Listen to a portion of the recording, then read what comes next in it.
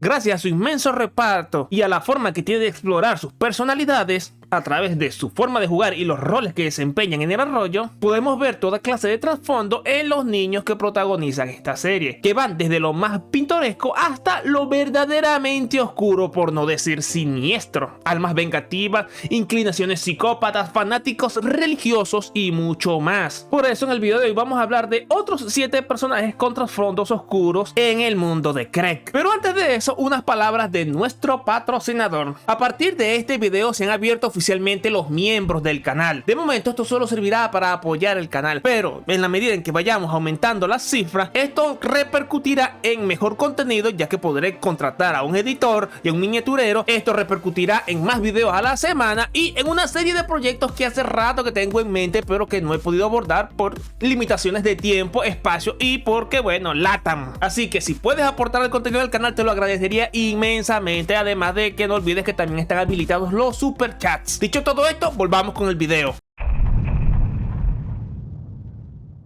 Una vez que los niños entran a la quebrada, asumen un rol que se adapta a sus gustos y personalidades, pero que también pueden decir mucho de sus complejos. Beth es una entusiasta por las músicas, pero en realidad es muy tímida, por lo cual evita jugar con los otros niños en todo momento. Y es por eso que ella ha decidido subir a la copa de un árbol en el medio del arroyo para que todos los niños puedan escucharla tocar su saxofón. Me entero que ese instrumento se llama así. Según sus propias palabras, así siente que ella forma parte de los juegos de todos los demás niños.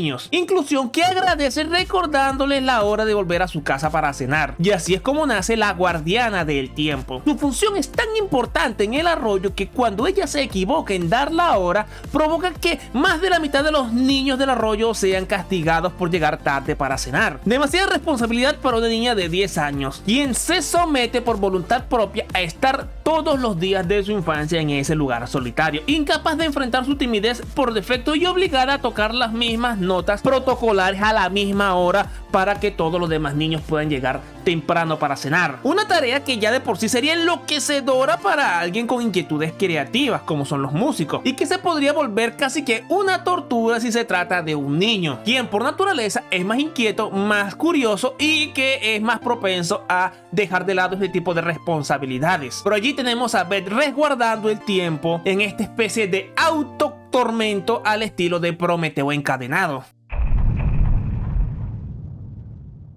Como cada niño que aparece en la serie juega con sus propias reglas, esto permite que cada capítulo de la serie tome diferentes referencias o cuente con su propio tono particular. Buscando las piezas del cubo, Craig y su grupo aceptan una misión de Zeke, un niño que quiere encontrar a su hermano gemelo Hyde, que ha pasado los últimos 2 años jugando a las escondidas. Pero resulta ser que todo es una mentira. La solicitud del niño forma parte de una puesta en escena para obligar a Craig y a su grupo a jugar a las escondidas con ellos para siempre. Por lo que podemos ver, estos hermanos tienen una relación simbiótica y de cierto tono codependiente. Uno encuentra nuevas víctimas para que el otro los encuentre, actuando con una premeditación que podría rayar en la psicopatía. A fin de cuentas, engañar a incautos para que caigan en tu trampa es la premisa de más de una película de asesinos en serie. Este capítulo no solamente es uno de los visualmente más interesantes, ni tampoco se limita a crear una gran referencia al género de suspenso, sino que además nos presenta a uno de los niños más atemorizantes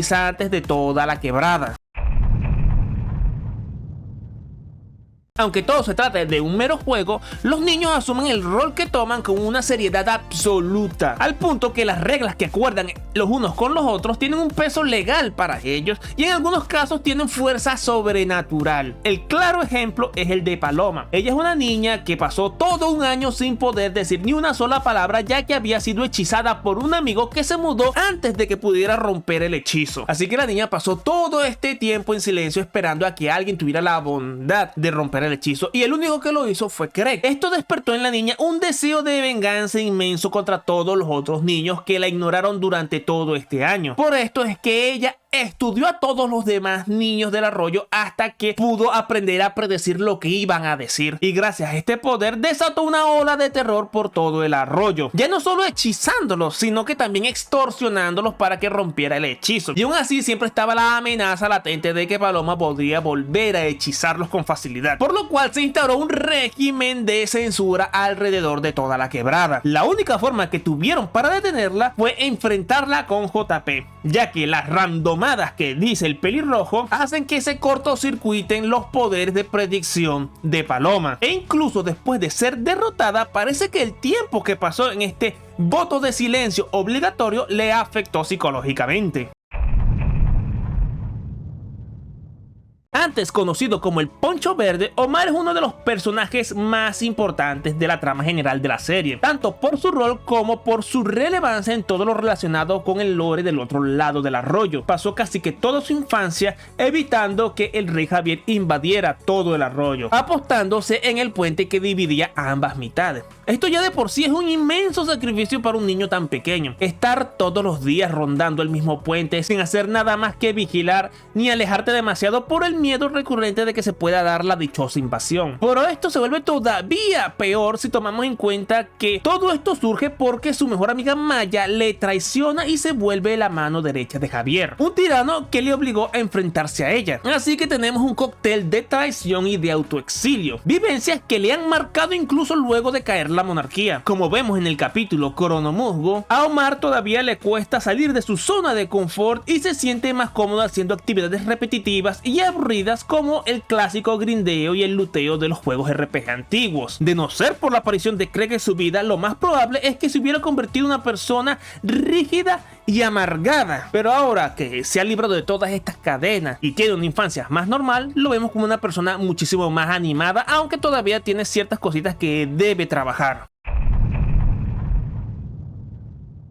Uno de los personajes más coloridos de toda la quebrada es la cadete Destello. Su diseño es un claro homenaje a Sailor Moon y al género del anime de la Mahou Shoujo. Se caracteriza por jugar como una guerrera espacial usando los poderes de los brillos, las burbujas y las manualidades. A pesar de mostrarse siempre optimista y alegre, en su capítulo de presentación se muestra que ella en realidad intenta mantenerse positiva por sus propias circunstancias familiares. Según ella explica en su flashback, suele mudarse por el trabajo de sus padres, con lo cual no ha podido hacer amigos ni tener relaciones significativas hasta entonces. Pero además podemos ver que en su casa no usa el cosplay de cadete Destello, por lo cual podemos concluir que sus padres no incentivan la imaginación de su hija ni le apoyan en sus juegos, como si lo hace el padre de Kelsey con ella. Así que podemos suponer que la cadete Destello vive en una familia con normas estrictas y en un contexto en el que tiene que jugar sola obligatoriamente, por lo cual desarrolló este interés artístico y este personaje que llena el vacío de sus relaciones interpersonales. Y en un nivel más profundo y psicológico, incluso podríamos llegar a decir que su juego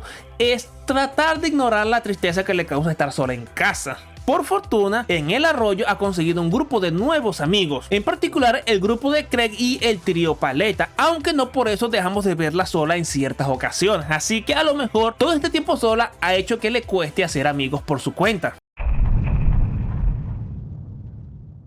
La maldad puede tomar muchas formas, puede ser el horror oculto en las sombras, el poder despótico de un monarca o puede esconderse detrás de lindas palabras y buenas intenciones. Bridget puede que sea la niña más siniestra y peligrosa de toda la quebrada. La conocemos en la primera temporada en la que se muestra como la líder de los Fredistas, un culto que adora a un perro que les ayuda a elegir entre dos opciones que se les presentan. Al ser lamida por Fred, se autoproclama como la nueva profeta de esta iglesia y declara que busca formar un nuevo orden mundial. Solo con este capítulo tenemos en claro que Bridget es propensa a enloquecer de poder, que está obsesionada con los perros y que está dispuesta a castigar a quien intente enfrentarse a su culto, imagen que se reafirma cuando vuelve a aparecer, esta vez ya empoderada completamente como líder de la iglesia, que ahora promociona un programa para conseguir su propia mascota, pero que en realidad es un medio para conseguir la adoración de los niños necesitados de una mascota. Y aquí vemos su faceta más aterradora, abusando de su poder y aprovechándose de las necesidades de los niños y utilizando todas las artimañas de los líderes de las sectas para engañar a sus víctimas. Chantaje emocional, programas que te dan soluciones mágicas a tus problemas y el abuso de una jerarquía que te pone a ti en la cima de la misma. Su última aparición relevante se da en el capítulo de Amor Cachorro, cuando intenta intercambiar su mente con Quesito, el perro de salvajeza. Por su forma de jugar y las implicaciones que tienen sus actos, tenemos claros que tiene complejo de Mesías, que se cree una salvadora espiritual y que tiene la capacidad de los psicópatas de leer las necesidades y debilidades de las personas para usarlas a su favor. Cóctel que podría convertirla en una predicadora, en una líder de secta o en una embaucadora cuando sea adulta. hemos visto en múltiples ocasiones que los niños de la quebrada se comprometen con su rol de juego hasta las últimas consecuencias, incluso si estas las perjudican ellos mismos. Pero hay un caso en que este voto se lleva muchísimo más lejos. Un día, Craig y su grupo se encuentran con una casa de muñecas junto con el muñeco de porcelana de un niño. Desde ese momento son atormentados por la presencia de la casa de juguetes embrujada, por lo cual buscan la ayuda de las brujas, quien le dicen que primero deben descubrir quién es el espíritu que les atormenta antes de poder actuar. Así que investigan en la biblioteca del pueblo con Stax y dan con un recorte de periódico de hace 100 años que les cuenta la historia del señor y de la señora Rolly, quienes tenían un hijo llamado Arthur que amaba jugar con su casa de muñecas. Pero como Heckleton en aquel entonces apenas era un puñado de granjas y 3 casas, tenía que jugar solo día tras día, hasta la fatídica noche en la que una tormenta destruyó la casa de los Rolly y lo único que sobrevivió a aquel desastre fue la casa de muñecas. Con esta información por fin pueden hacer una sesión espiritista en la cual contactan a Arthur, quien lo único que quería era jugar con Craig y sus amigos. Al ser casi que el único niño en aquel pueblo rural, tuvo que pasar todos sus días en soledad y lo único que quiere ahora es compartir sus juguetes, al menos hasta que Craig, Kelsey y JP empiezan a destruir la casa de muñecas por ser demasiado toscos al jugar con sus muñecos, y así el fantasma de Arthur desaparece para siempre. Pero se puede intuir que seguirá rondando el arroyo, buscando a ese compañero de juegos para toda la eternidad. Oye, espera, ¿el niño es fantasma o no? Y si quieres saber más sobre el mundo de Craig, su lore y su cronología, te voy a dejar aquí un video en consecuencia. Recuerda que te puedes hacer miembro del canal y estaría muy agradecido por ello. Y sin más que decir, nos vemos. Chao, chao.